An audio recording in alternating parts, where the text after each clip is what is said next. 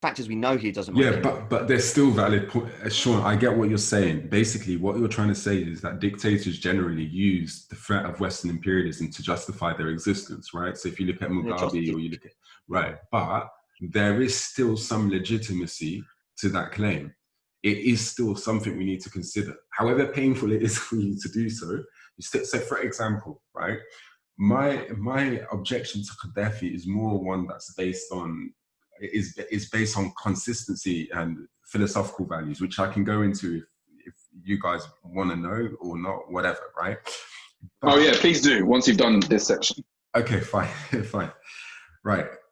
But I still think it's hypocritical for NATO to define what rogue states are. Why am I going to take lessons from an organization that has systematically intervened in countries, destabilized countries in what is and isn't a rogue state?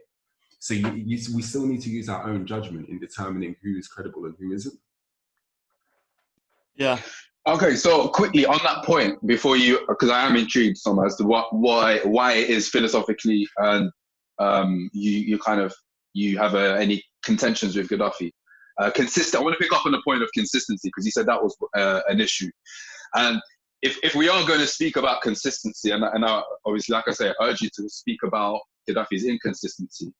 Until such a time, I'd like to point out the West's inconsistency because obviously what we know today in terms of the collusion between the British state and the Libyan state under Gaddafi is shameful for people from Britain, and it's shameful for Gaddafi. The fact that the UK was complicit in extraordinary rendition of prominent members like Belhaj and other people, handing them over to Gaddafi. Of course, Tony Blair doing the whole deal in the desert and bringing Libya out from the cold, internationally speaking, is very inconsistent with the kind of incubation of the Libyan Islamic Fighting Group in Manchester.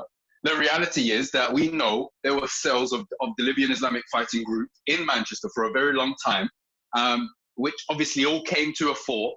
There was assassination attempts that has come out in terms of the British assassination attempts of Gaddafi. There were people who, were part of this Islamic fighting group based in the UK who had received asylum in the UK and attempted to assassinate in the 90s Gaddafi, of course.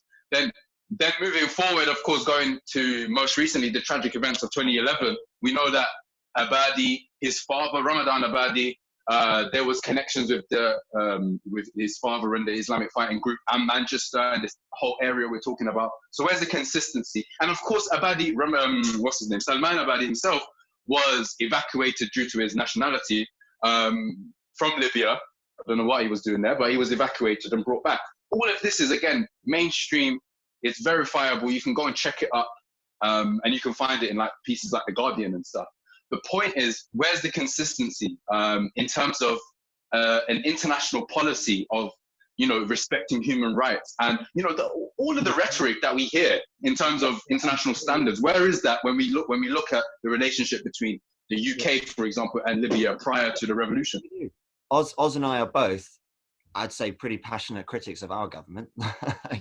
We try to be consistent in terms of the fact, even if the certain Western countries might not pursue these policies domestically, it's incredible when you look at what they're complicit in terms of what they allow to happen abroad and the kind of groups we support, the governments we sell weapons to.